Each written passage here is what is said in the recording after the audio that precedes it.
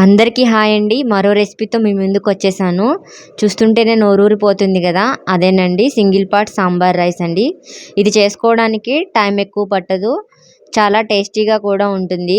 Lunch box రెసిపీగా కూడా చాలా బాగుంటుంది. మీ దగ్గర టైం లేనప్పుడు ఈ ప్రాసెస్ ట్రై చేయండి, చాలా ఈజీగా అయిపోతుంది.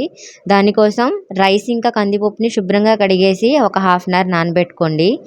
తర్వాత స్టవ్ పైన ప్రెషర్ కుక్కర్ పెట్టుకుని ఆయిల్ ఇంకా గీ యాడ్ చేసుకుని దానిలోకి పోపు వేసుకోవాలి. పోపు ఫ్రై అయిన తర్వాత ఆనియన్స్, పచ్చిమిర్చి, జీలకర్ర కూడా వేసుకుని ఫ్రై చేసుకోవాలి. తర్వాత దీనిలోకి కొద్దిగా కొత్తిమీర, టమాటా ముక్కలు, అలాగే దానిలోకి ఉప్పు, కారం, పసుపు కూడా యాడ్ చేసుకుని ఇవన్నీ కూడా ముక్కల్లో కలిసేలాగా మీడియం ఫ్లేమ్లో మూత పెట్టి కుక్ చేసుకోవాలి.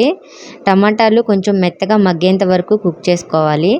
తర్వాత దానిలోకి కొద్దిగా సాంబార్ పొడిని, అలాగే జీలకర్ర, ధనియా పొడిని కూడా యాడ్ చేసుకోవాలి.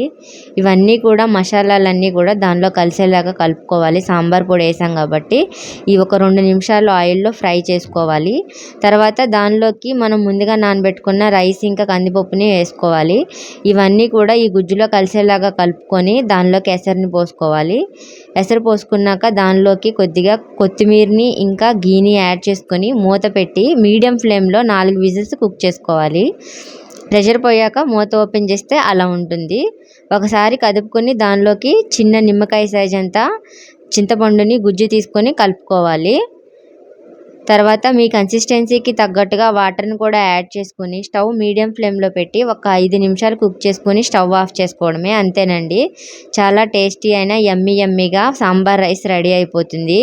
ఇది కిడ్స్ లంచ్ బాక్స్లో కూడా పెట్టొచ్చండి, చాలా బాగుంటుంది. చాలా ఈజీగా అయిపోతుంది, తింటే పొట్టకి చాలా హాయిగా అనిపిస్తుంది. దీన్ని పాపర్స్తో కానీ లేకుంటే వడియాలతో కానీ సర్వ్ చేసుకుంటే చాలా టేస్టీగా ఉంటుంది. ట్రై చేయండి.